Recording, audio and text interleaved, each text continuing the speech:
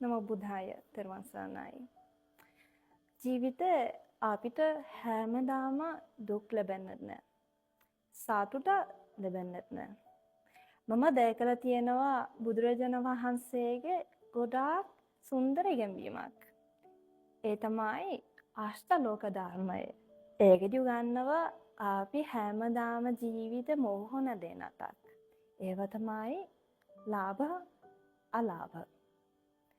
යාසස අයාසස ප්‍රශංස නින්දාව සේප දුක මෙයට ආකටම අපි හැමදාම ජීවිතේ මොහොන දෙන්න වෙනවා මේ ලෝකයේ ස්වභාවය. ඒක නිසා අපි කරන්න ඕන දෙයක් ඒකට සම්සෝවන් පිළිගන්න.